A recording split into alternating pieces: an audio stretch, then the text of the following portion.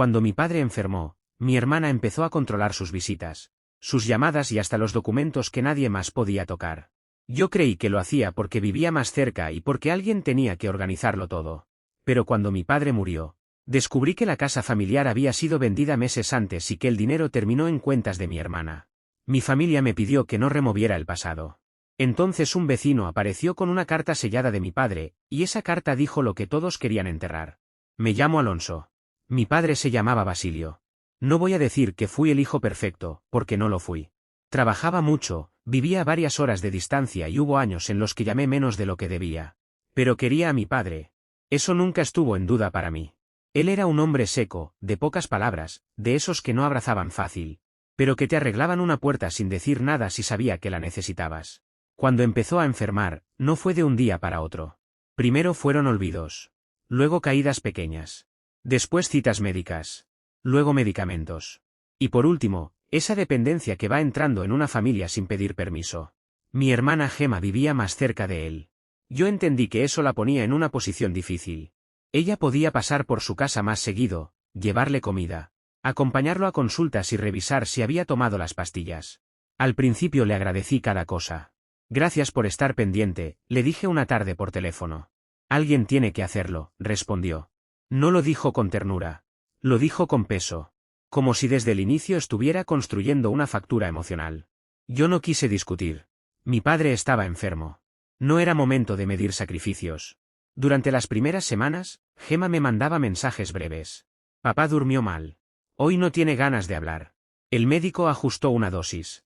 Está cansado. Mejor llámalo mañana. Yo obedecía. Si ella decía que estaba cansado, no llamaba. Si decía que estaba confundido, esperaba. Si decía que una visita podía alterarlo, cambiaba mis planes. Creí que estaba respetando su salud. Después entendí que estaba respetando el control de Gemma. La primera señal rara apareció en una llamada. Mi padre contestó con voz baja. Alonso. Papá, ¿cómo estás? Aquí. Esa era una respuesta muy suya. Gemma dice que has estado cansado. Hubo una pausa. Tu hermana dice muchas cosas. Me senté más derecho. ¿Qué quieres decir? Se escuchó un ruido al fondo. Una puerta. Pasos. La voz de Gemma apareció enseguida. Papá, no te esfuerces. Estoy hablando con Alonso. Sí, pero el médico dijo que descansaras. Solo son unos minutos, insistí. Gemma tomó el teléfono. Alonso, hoy no está para hablar. Él estaba hablando. Tú no lo ves después. Yo sí. Gemma, pásamelo. No me vengas a cuestionar desde lejos. La llamada terminó. Me quedé mirando la pantalla con una incomodidad que no supe nombrar. Al día siguiente llamé otra vez. No respondió mi padre. Respondió Gemma. ¿Está dormido? ¿A esta hora? Sí. Puedes decirle que me llame cuando despierte. Si se siente bien. Nunca llamó. Días después recibí un mensaje desde el teléfono de mi padre. Estoy cansado. No vengas este fin de semana. Lo leí varias veces. No sonaba como él. Mi padre nunca escribía frases completas con puntos perfectos. Usaba palabras sueltas, a veces mandaba audios cortos, a veces dejaba errores que lo hacían reconocible. Ese mensaje parecía limpio.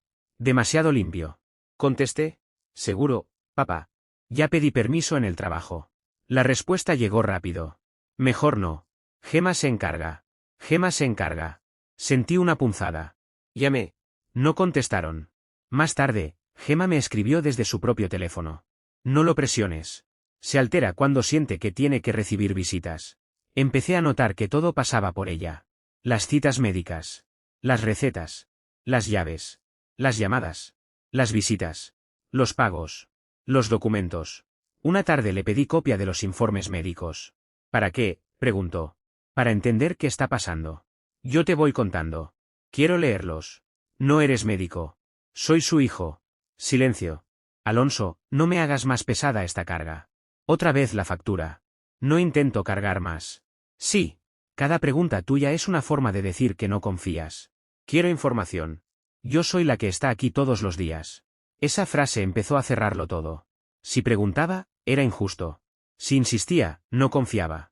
Si quería visitar, lo alteraba. Si pedía documentos, la acusaba. Yo no quería pelear mientras mi padre estaba enfermo. Así que retrocedía. Y Gemma avanzaba. La casa familiar siempre había sido el centro de mi padre. No por lujo. No era una mansión ni una propiedad impresionante. Era una casa sencilla, levantada con años de trabajo, arreglos propios y decisiones firmes. Basilio había dicho muchas veces que no quería venderla. La casa no se vende, repetía cuando alguien sugería mudarse a algo más pequeño. Gemma solía responder: papá, esa casa da mucho gasto. Entonces se arregla lo que haga falta. No puedes vivir cuidando paredes. No son paredes. Es mi casa. Yo lo escuché decirlo más de una vez. Por eso me llamó la atención cuando Gemma empezó a hablar de la casa con otro tono. Hay humedad en una habitación. Mándame fotos, pedí. No hace falta. Puedo ayudar a pagar un arreglo. No todo se arregla pagando desde lejos. Gemma. La casa ya es demasiada carga para papá. Él no quiere vender. Él no entiende ya todo como antes. Esa frase me dejó frío. ¿Qué significa eso? Que se confunde. Confundirse no significa que su voluntad desaparezca. No dramatices. Cada vez que la conversación se acercaba a la casa, Gemma cambiaba de tema o me hacía sentir cruel por preguntar. Una vez viajé sin avisar con demasiada anticipación. Solo le escribí cuando ya estaba cerca.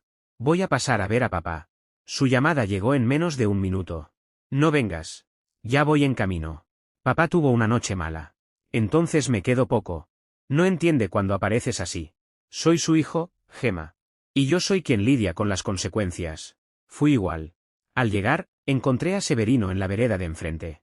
Era vecino de mi padre desde hacía décadas. Un hombre mayor, serio, de esos que saludaban poco pero veían todo.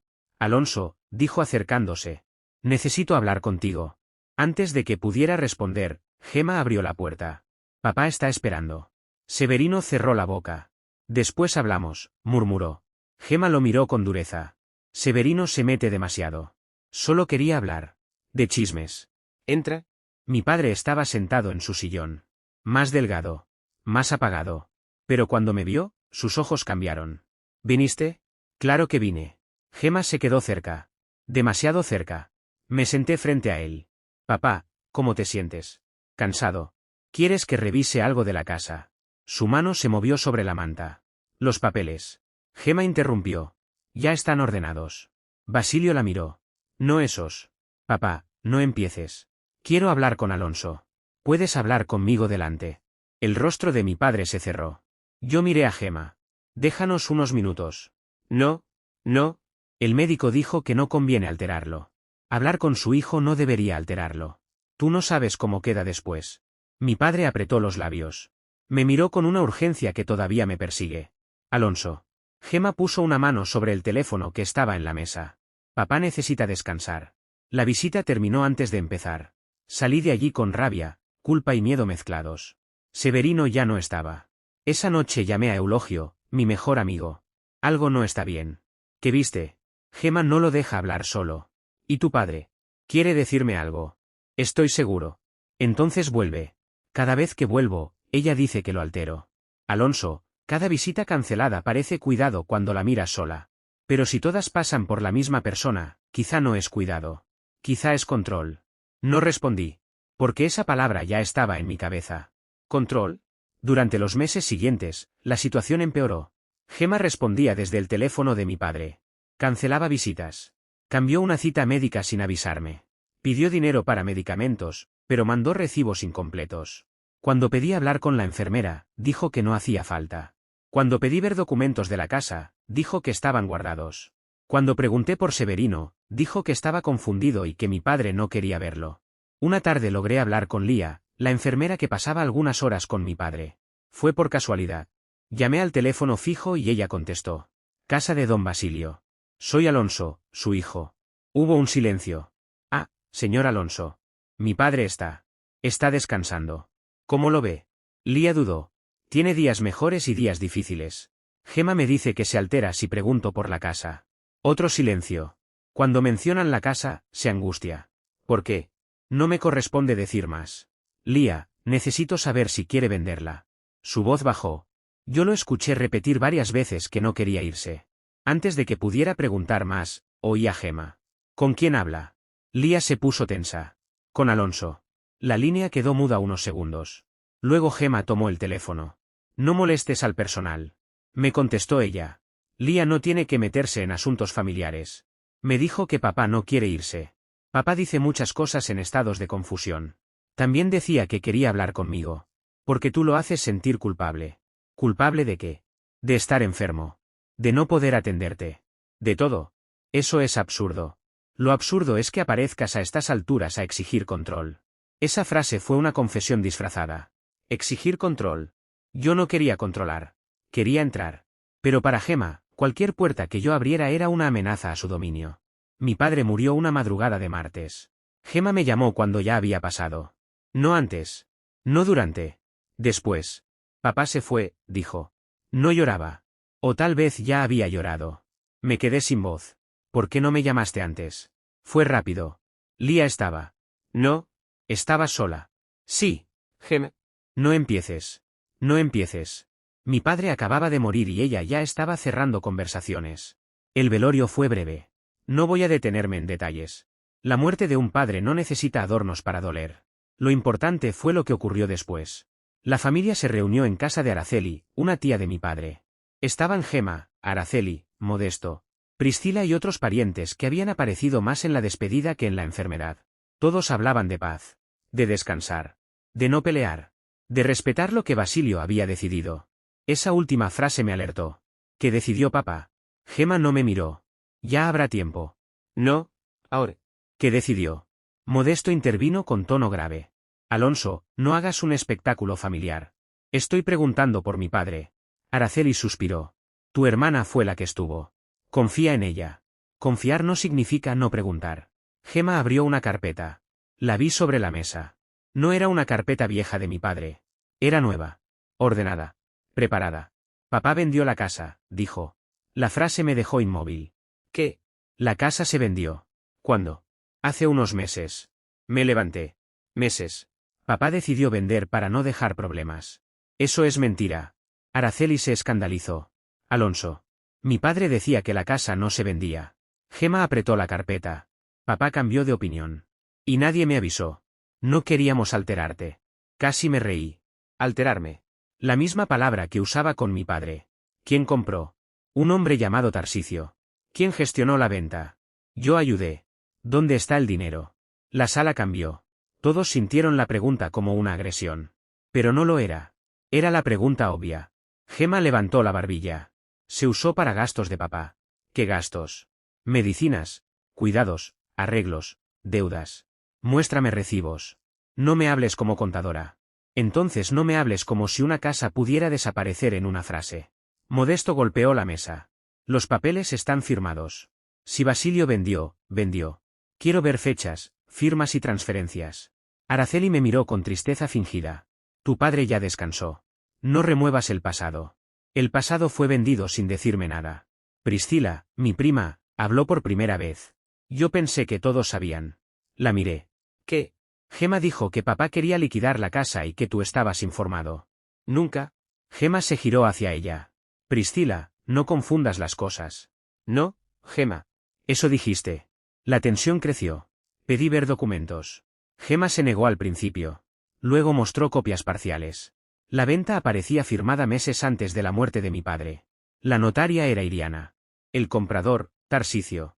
El dinero había pasado por una cuenta que no reconocí y luego por transferencias vinculadas a Gemma. No todo estaba claro. Pero estaba lo suficiente para saber que algo enorme había ocurrido sin mí. Esto terminó en cuentas tuyas, dije. Gemma se puso roja. Porque yo pagaba todo. ¿Todo qué? Todo, Alonso. Lo que tú no viste. Entonces muéstralo. Ahora quieres ser el hijo preocupado. Ahí estaba. La defensa final. Tú no estuviste. Tú no cargaste. Tú no viste. Por lo tanto, no preguntes. Pero yo ya no estaba dispuesto a obedecer. Yo estuve lejos en kilómetros, no fuera de sus derechos. Modesto volvió a intervenir. No vas a cambiar nada con sospechas. No son sospechas. Son fechas. Araceli levantó las manos. Ya basta. No destruyas lo poco que queda de la familia. ¿Y lo que quedaba de papá? Nadie respondió. La reunión terminó mal. Gemma se llevó la carpeta. Yo salí sin respuestas. En la puerta de la casa, Severino me esperaba. No sé cuánto tiempo llevaba allí. Tenía un sobre en la mano. Uno amarillo, cerrado, con mi nombre escrito con la letra temblorosa de mi padre. Alonso. Mi cuerpo lo reconoció antes que mi cabeza. Tu padre me pidió que te buscara cuando ya no pudiera hablar, dijo Severino. Sentí frío. ¿Cuándo te dio esto? Antes de que Gemma me cerrara la puerta del todo. ¿Por qué no me lo diste antes? Lo intenté. Varias veces. Tu hermana me apartó. Me dijo que estabas de acuerdo con todo. Después tu padre me pidió que esperara. Que si él moría o si la casa aparecía vendida, te lo entregara. Miré el sobre. ¿Sabes qué dice? No. Esta carta no es mía. Es de tu padre. Gemma va a decir que estás confundido. Severino sostuvo mi mirada. No lo estoy. Me aparté unos pasos y abrí el sobre con cuidado. La carta no era larga. No tenía adornos. No tenía frases bonitas para que la familia llorara tranquila. Tenía la voz de Basilio como yo la recordaba. Directa, cansada, firme. Alonso, si estás leyendo esto es porque no pude hablar contigo como quería. No aceptes versiones sin revisar. La casa no se vende por voluntad mía. No es una carga para mí. Es lo último que todavía puedo decidir. Si alguien te dice que vendí la casa porque quise, revisa todo. No quiero que Gemma decida por todos. No quiero que mi silencio se use como permiso. Si aparece vendida, algo no está bien. Perdóname si no pude decirlo antes. No confundas paz con dejar enterrada una mentira. Tuve que apoyar una mano contra la pared. No por debilidad. Porque la carta acababa de devolverme a mi padre por un minuto, y en ese minuto él no estaba descansando. Estaba denunciando. Severino esperó. Me dijo una cosa más, añadió. Levanté la vista. ¿Qué? Que la casa era su última decisión. Guardé la carta. La familia seguía dentro, hablando de aceptar, de paz, de no remover, de no manchar la memoria de Basilio. Yo tenía en la mano la memoria de Basilio. Y decía lo contrario. Esa noche dejé de mirar la venta como una decisión triste de un hombre enfermo. La carta de mi padre no tenía adornos, pero tenía algo que los papeles de Gemma no tenían. Una voluntad clara. Basilio no quería vender la casa. No quería que yo aceptara versiones sin revisar. Y sobre todo, no quería que la familia llamara Paz a dejar enterrada una mentira. Esa noche no volví a entrar a la reunión familiar. Me quedé en mi coche con la carta de mi padre sobre las piernas, leyéndola una y otra vez, como si en algún renglón fuera a aparecer una explicación que doliera menos. No apareció. Si alguien te dice que vendí la casa porque quise, revisa todo. Eso no era una frase de despedida. Era una advertencia. Mi padre no me había dejado una carta para hacerme llorar. Me había dejado una orden clara en el único lenguaje que todavía podía atravesar el ruido de mi familia. ¿Revisa? Así que eso hice. Primero guardé el sobre original en una carpeta rígida. Después hice copias. Una para mí. Una digital. Otra se la dejé a Eulogio, mi mejor amigo, porque no quería que esa carta terminara desapareciendo como habían desaparecido tantos documentos durante la enfermedad de Basilio. Eulogio la leyó en silencio. Cuando terminó, no dijo nada durante unos segundos. Esto cambia todo. Eso mismo pensé. No confrontes solo con la carta. ¿Por qué? Porque Gemma va a decir que estaba confundido, que escribió eso en un mal día, que Severino lo manipuló o que tú estás usando el dolor. Lo va a decir de todos modos.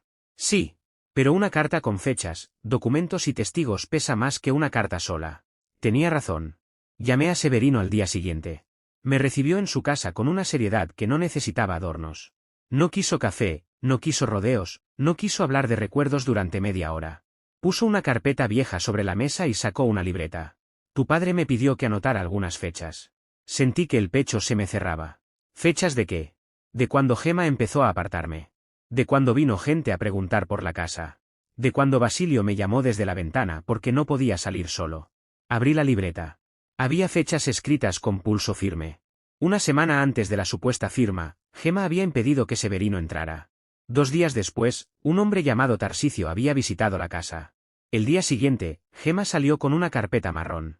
3 días después, Basilio le había dicho a Severino que no quería vender. Severino me miró. Eso sí lo escuché yo. Claro. ¿Alguien más? Lía estaba entrando ese día. No sé si oyó todo. Llamé a Lía esa misma tarde. No quería ponerla en medio, pero mi padre ya había sido puesto en medio sin voz. Lía tardó en aceptar hablar. Tenía miedo de que la familia de Gemma la acusara de meterse donde no debía. Le expliqué que solo necesitaba lo que ella hubiera visto u oído, sin inventar nada. Su voz temblaba al principio. Don Basilio se angustiaba cuando hablaban de vender. ¿Quién hablaba de vender? Gemma. A veces por teléfono, a veces delante de él. ¿Y el que decía? Repetía que no quería irse. Cerré los ojos. ¿Alguna vez pidió hablar conmigo? Sí. ¿Cuándo? Varias veces. Una fue antes de una cita que Gemma dijo que era médica. Me pidió que lo ayudara a llamar a Alonso. Yo estaba buscando el teléfono cuando Gemma entró y dijo que no hacía falta. Él estaba confundido. Lía respiró. Tenía momentos malos. Pero cuando hablaba de la casa, era muy claro. Decía que no quería venderla. Que esa casa no se tocaba. Usted sabía que se vendió. Me enteré después. Me sorprendió. Esa palabra no era prueba total, pero era verdad humana. Me sorprendió. A la mañana siguiente fui con Minerva, una asesora administrativa que Eulogio conocía. No quería que el dolor me hiciera torpe. Ella leyó la carta, miró las fechas de Severino, escuchó lo de Lía y revisó las copias parciales que había alcanzado a fotografiar en la reunión. No confronte solo con dolor, dijo. Eso intentó. Ordene fechas. Venta, visitas canceladas, estado de salud, llamadas, transferencias, comunicaciones con notaría y movimientos de cuenta. Mi familia dice que los papeles están firmados. Los papeles pueden existir y aún así merecer revisión. Si la venta fue limpia, los documentos lo dirán. Si no lo fue, también dejarán rastros. Gemma dirá que cuidó a mi padre. No discuta cuánto cuidó. Discuta qué hizo con la casa y el dinero. Esa frase me dio estructura. Porque Gemma había construido su defensa sobre una sola columna. Ella estuvo. Y era verdad. Ella estuvo físicamente más cerca. Pero estar cerca de un enfermo no te convierte en dueño de su voluntad. Empecé a ordenar todo. Primero, las visitas canceladas. Encontré mensajes de Gemma de semanas exactas. ¿Papá está cansado? No vengas. Hoy está confundido. El médico dijo tranquilidad. No lo llames ahora. Al poner esas fechas junto a la libreta de Severino, apareció un patrón. Varias cancelaciones coincidían con visitas de Tarsicio. O con trámites. O con días previos a comunicaciones con la notaría. Después revisé transferencias. No tenía acceso completo, pero sí copias parciales que Gemma había mostrado por descuido y documentos que mi padre me había enviado meses antes, cuando todavía podía manejar algunas cosas. También encontré un correo antiguo donde Basilio me había mandado una foto de una libreta de gastos de la casa. Su forma de registrar era simple, pero clara. Lo comparé con lo que Gemma decía. Medicamentos. Cuidadores. Arreglos. Deudas. Había gastos reales, sí. No iba a negar eso. Pero no explicaban todo el dinero. Ni de cerca. Parte de la venta había pasado por una cuenta vinculada a Gemma. Otra parte se movió hacia pagos que no correspondían a mi padre. Una transferencia importante coincidía con la cancelación de una deuda personal de mi hermana. Otra con un depósito para un vehículo usado que ella empezó a manejar poco después. No tenía la historia completa todavía. Pero ya tenía suficiente para saber que se usó para papá era una manta demasiado corta. Llamé a Iriana, la notaria que figuraba en los papeles. Fue cuidadosa desde la primera palabra. Señor Alonso, no puedo resolver disputas familiares por teléfono. No le pido eso. Necesito confirmar fechas y quién coordinó las comunicaciones. La documentación presentada parecía completa. ¿Quién presentó la mayoría de documentos? Hubo una pausa. Gemma coordinó muchas comunicaciones. Mi nombre apareció en algún momento. Se indicó que la familia estaba informada. Me quedé inmóvil. ¿Quién lo indicó? Gemma. Yo no estaba informado. Entiendo. Mi padre estaba solo en algún trámite. No puedo darle más detalles sin solicitud formal, pero puedo confirmar que Gemma estuvo presente en la coordinación. Se habló de oposición familiar. No recibí oposición. Porque nadie me avisó. Iriana bajó la voz. Si tiene una carta previa o dudas sobre presión, deben revisarlo por las vías correspondientes. Eso haré. Cuando colgué, ya no sentí solo dolor. Sentí una dirección. Gemma no había cometido un simple error administrativo. Había construido un relato. Alonso sabía. Basilio quería. La casa pesaba. El dinero era para gastos. La familia debía aceptar. Cada pieza servía a la otra. Y cada visita que me cancelaba impedía que mi padre dijera algo distinto. Priscila me llamó esa noche. No puedo dejar de pensar en lo que pasó. ¿En qué parte? En que Gemma dijo que todos sabían. Yo lo escuché, Alonso. ¿Cuándo? Antes de la muerte de tu papá. En una comida. Dijo que la casa se iba a vender porque Basilio quería dejar todo ordenado y que tú estabas de acuerdo mientras no te molestaran con detalles. Sentí rabia, pero no sorpresa. Yo nunca estuve de acuerdo. Ahora lo sé. ¿Por qué dudaste? Porque vi tu cara cuando lo dijo en la reunión. No era cara de alguien que ya sabía. Y lo de Severino. La carta es real. Puedo verla. Se la envié. Llamó después de leerla. Su voz sonaba distinta. Esto cambia todo. La misma frase de Eulogio. La misma verdad entrando por otra puerta. Días después hubo una nueva reunión familiar. La convocó Araceli, supuestamente para cerrar temas pendientes y evitar que el duelo se convirtiera en guerra. Yo sabía lo que significaba. Querían que me sentara, escuchara a Gemma repetir su versión, aceptara que los papeles estaban firmados y saliera como el hijo difícil si seguía preguntando. Fui con la carta copiada, la libreta de Severino fotografiada, las fechas ordenadas, los mensajes de cancelación, el resumen de transferencias sospechosas y el nombre de Minerva en mi teléfono. No fui a gritar. Fui a impedir que una mentira quedara como última voluntad. Gemma llegó con la misma carpeta nueva. Araceli empezó. Estamos todos dolidos. Lo último que Basilio querría sería vernos peleando. Antes de hablar por lo que papá querría, vamos a leer lo que dejó escrito, respondí. La sala se tensó. Modesto frunció el ceño. Otra vez con la carta. Sí. Otra vez con la voz de mi padre. Gemma soltó una risa seca. Papá estaba confundido muchas veces. Entonces revisemos qué decía cuando no estaba delante de ti. Su cara se endureció. Cuidado, Alonso. No. Cuidado tuvieron que tener ustedes antes de vender la casa y esconderlo. Araceli levantó una mano. No acuses así. Voy a hablar con fechas. Puse los papeles sobre la mesa. La casa fue vendida meses antes de su muerte. Yo no fui informado. Gemma coordinó la mayoría de comunicaciones con Iriana. Se dijo que yo estaba enterado. No lo estaba. Visitas mías fueron canceladas en fechas cercanas a trámites. Severino intentó hablar conmigo y fue apartado. Lía escuchó a papá repetir que no quería irse. Y esta carta dice que, si la casa aparecía vendida, algo no estaba bien. Gemma golpeó la mesa con la palma. Yo cuidé a papá. No estoy discutiendo que estuviste. Estoy discutiendo lo que hiciste mientras estabas. Qué fácil hablar ahora. Qué conveniente impedirme hablar antes. Modesto intervino. Los papeles existen. Entonces los vamos a revisar. No vas a recuperar nada removiendo cenizas. Las cenizas no se remueven. Las mentiras sí. Araceli se llevó una mano al pecho. Qué manera de hablar. La manera en que ustedes llaman paz a no preguntar también duele. Gemma abrió su carpeta. Papá firmó. Papá escribió. Saqué la carta. Y antes de que digas que Severino inventa, él está dispuesto a confirmar cuando la recibió. Severino es un viejo metido. Tu miedo a Severino empezó antes de que yo supiera por qué. Priscila habló desde el otro lado de la mesa. Gemma, tú dijiste que Alonso sabía. Gemma giró hacia ella. No te metas. Me estoy metiendo porque me usaron también. Yo repetí que la venta era voluntad de tío Basilio porque eso dijiste. Era lo mejor. No pregunté si era lo mejor. Pregunté si Alonso sabía. Silencio. Modesto miró a Gemma. Alonso sabía. Gemma tragó saliva. No hacía falta cargarlo con detalles. La frase abrió la grieta completa. Ahí está, dije. Pasamos de sabía a no hacía falta. Araceli bajó la mirada. Gemma intentó recuperarse. Tú estabas lejos. En kilómetros, no en derechos. Yo lo bañaba. Yo lo llevaba al médico. Yo escuchaba sus quejas. Yo veía cómo se apagaba. Y usaste todo eso como permiso para decidir sin todos. La casa era una carga. Para ti. Para todos.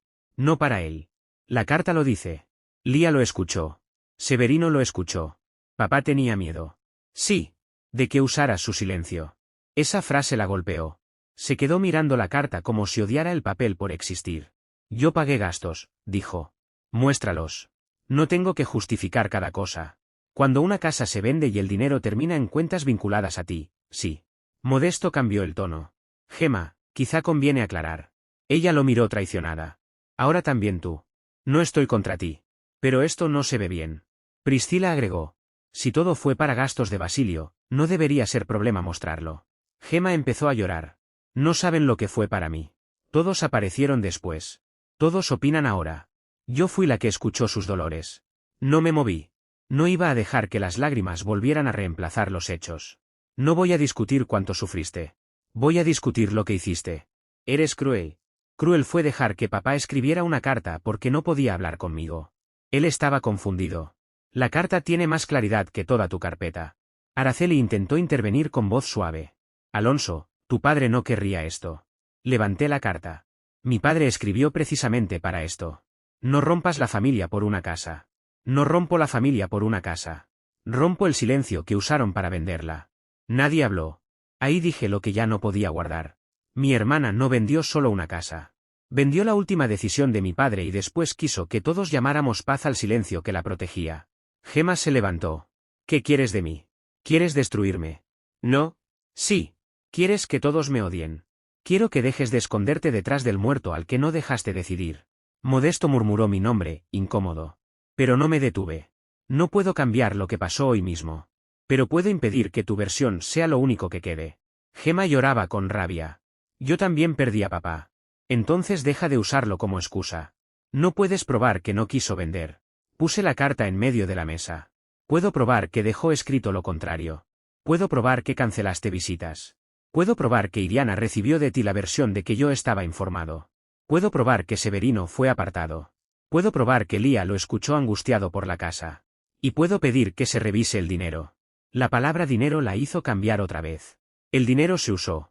¿En qué? En todo. Todo no es un recibo. Priscila tomó una de las hojas. Aquí hay una transferencia después de la venta. Gemma intentó quitársela. Eso no es asunto tuyo. Priscila no la soltó. Terminó en una cuenta tuya. Porque yo pagaba. Entonces muestra pagos. La reunión ya no era la misma. Gemma había perdido algo más importante que el control de los papeles. Había perdido el control de la reacción. Antes, todos la miraban como la hija sacrificada que merecía confianza automática.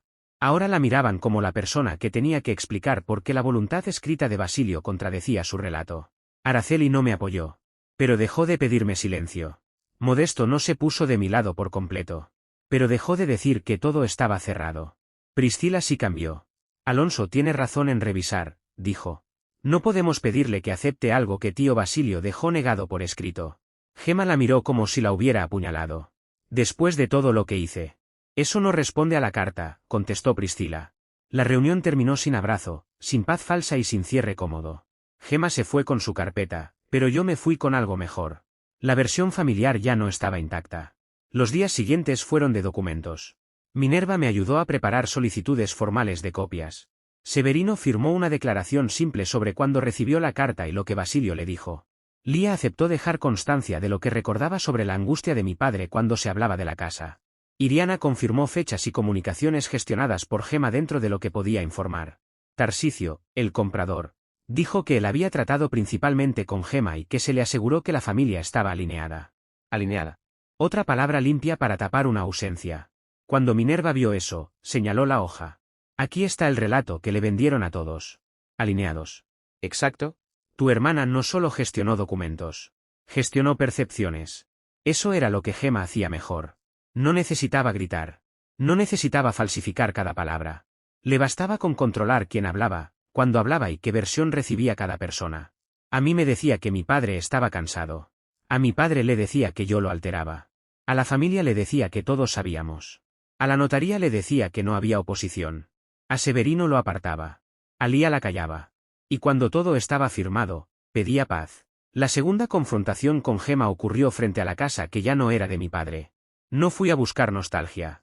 Fui porque Tarsicio aceptó reunirse para aclarar qué le habían dicho. Gemma llegó sin que nadie la invitara. Seguramente alguien le avisó. También vas a molestar al comprador. Voy a preguntar qué versión recibió. Esto es acoso. No. Acoso fue impedir que un hijo hablara con su padre mientras vendías su casa. Tarsicio se mantuvo incómodo, pero habló. A mí se me dijo que don Basilio quería cerrar rápido. ¿Quién se lo dijo? Miró a Gemma. ¿Ella? Alguna vez habló a solas con mi padre. No mucho. Siempre estaba ella. Gemma explotó. Porque papá estaba enfermo. Enfermo no significa sin voluntad, respondí. Tú no sabes lo que haces. Estoy haciendo lo que él pidió. Déjalo descansar. Papá descansará mejor cuando su voluntad deje de ser usada como excusa. Se quedó mirándome con odio. No vas a recuperar la casa. Tal vez no. Su rostro mostró alivio por un instante. Demasiado pronto. Pero no voy a permitir que la historia diga que él quiso venderla libremente si dejó escrito que no. Ese alivio desapareció. Porque entendió que mi lucha no era solo por ladrillos. Era por el último derecho de Basilio a ser creído. Con el tiempo, algunos familiares dejaron de llamarme exagerado. No todos. Araceli seguía diciendo que ya nada devolvería a Basilio y que remover el tema solo traía más dolor. Yo dejé de discutir con ella. Hay personas que confunden tranquilidad con justicia porque la injusticia no cayó sobre su mesa. Modesto me llamó una noche. Alonso, no sé si todo fue como dices. No necesito que creas todo por fe. Necesito que aceptes que debe revisarse. Eso sí. Entonces basta de pedirme que calle. Suspiró. No volveré a pedírtelo. Fue poco. Pero fue algo. Priscila se convirtió en apoyo inesperado. Revisó viejos mensajes familiares y encontró uno de Gemma donde decía que papá quería vender antes de que Alonso complicara las cosas. Cuando me lo envió, sentí otra pieza encajar. Antes de que Alonso complique las cosas. No antes de informar a Alonso. No antes de hablar con Alonso. Antes de que complique. Para Gemma, mi derecho a saber era una complicación. Minerva fue armando una línea de tiempo. Enfermedad. Control de llamadas. Apartamiento de Severino. Visitas canceladas. Reunión con Tarsicio. Trámite con Iriana. Firma. Transferencia. Muerte. Relato familiar de paz. Carta. Cada fecha hacía que la palabra casualidad fuera menos posible. Gemma intentó una última defensa privada. Me llamó de noche. Contesté porque sabía que esa conversación también podía revelar algo. ¿Hasta cuándo?, preguntó. Hasta que todo esté claro. Nunca vas a estar satisfecho. No busco satisfacción. ¿Qué quieres? Que me arrodille. Quiero documentos. Eres frío. Aprendí viendo cómo usaste el duelo para pedir silencio. Se quedó callada. Luego habló con una voz baja, casi rota. Tú no sabes lo que era verlo ahí, dependiendo de mí. No lo sé igual que tú. Entonces no juzgues. No juzgo tu cansancio. Juzgo la venta. La casa se iba a caer encima. Papá no quería vender. Papá no entendía el gasto. Papá entendía su voluntad. Yo hice lo que había que hacer. Entonces no habrías necesitado esconderlo. Silencio. Esa fue la frase que siempre la detenía. Si había sido correcto, ¿por qué tanto filtro? Si era voluntad de Basilio, ¿por qué apartar a Severino? Si todos sabíamos, ¿por qué decir después que no hacía falta cargarme con detalles? Si el dinero fue para gastos, ¿por qué no mostrar recibos completos? No puedes cambiar lo que pasó, murmuró. No, pero puedo impedir que tu versión sea lo único que quede. Vas a destruirme. No, vas a tener que responder. Colgó. Meses después, el asunto seguía en revisión. No voy a inventar un final mágico donde una carta recupera una casa de inmediato y todos los culpables confiesan frente a una mesa. La vida no funciona así. Pero la historia familiar sí cambió. Ya nadie podía decir cómodamente que Basilio quiso vender. Ya nadie podía repetir que yo estaba informado. Ya nadie podía pedir paz sin que alguien preguntara qué paz. Gemma tuvo que presentar gastos. Algunos eran reales. Otros no explicaban nada. Hubo transferencias que no supo justificar bien. Hubo fechas que no encajaban. Hubo silencios que ya no la protegían. Iriana quedó obligada a responder preguntas formales. Tarsicio entregó comunicaciones. Lía confirmó su recuerdo. Severino sostuvo la carta sin cambiar una palabra. Y yo volví a escuchar a mi padre en cada paso. No como un santo. No como un hombre perfecto. Como un hombre enfermo que supo que su voluntad estaba siendo rodeada y dejó una carta para que no la enterraran. Con él. La última reunión con la familia fue más pequeña. Gemma, Araceli, Modesto, Priscila y yo. Esta vez nadie habló de descansar al principio. Gemma estaba agotada. ¿Qué más quieres de mí? La verdad completa. Ya entregué papeles. Entregaste lo que te pidieron cuando no pudiste esconder más. Yo cuidé a papá. Y también controlaste quién llegaba a él. No quería que sufriera. Él sufrió escribiendo una carta porque no podía hablar conmigo. Gemma lloró. Tú no entiendes. Entiendo algo muy simple. Cuidar a papá no te daba derecho a convertirlo en una firma. Araceli bajó la mirada. Modesto no intervino. Priscila sostuvo mi copia de la carta. Tío Basilio pidió que no se confundiera paz con silencio, dijo. Nadie pudo discutir eso. Gemma me miró con una mezcla de rabia y derrota. Nunca vas a dejar esto. No voy a dejar que llamen voluntad de papá a lo que él negó por escrito. ¿Y la familia? La familia puede empezar por decir la verdad. ¿Y si eso nos rompe? Entonces ya estábamos rotos. Solo que antes el silencio lo tapaba. Me levanté. No había nada más que decir ese día. Antes de salir, Araceli habló en voz baja. Alonso. Me detuve. Quizá nos equivocamos pidiéndote que callaras. No fue una disculpa completa. Pero fue el primer golpe visible contra la pared. Sí, respondí. Se equivocaron. Salí sin esperar abrazos. No los necesitaba. El duelo por mi padre ya era suficiente. No iba a cargar además con la obligación de hacer cómoda la mentira de Gemma. A veces vuelvo a leer la carta. No porque me guste sufrir, sino porque me recuerda el punto exacto donde la historia cambió. Antes de ese sobre, mi familia quería que yo aceptara una versión cerrada. Basilio vendió. Gemma cuidó. Alonso llegó tarde. La casa era una carga. La paz exige silencio. Después de la carta, la pregunta fue otra. ¿Por qué un hombre que supuestamente vendió tranquilo dejó escrito que nunca quiso vender? Nadie pudo responder eso sin mirar a Gemma. Mi hermana no vendió solo una casa. Vendió la última decisión de mi padre y después quiso que todos llamáramos paz al silencio que la protegía.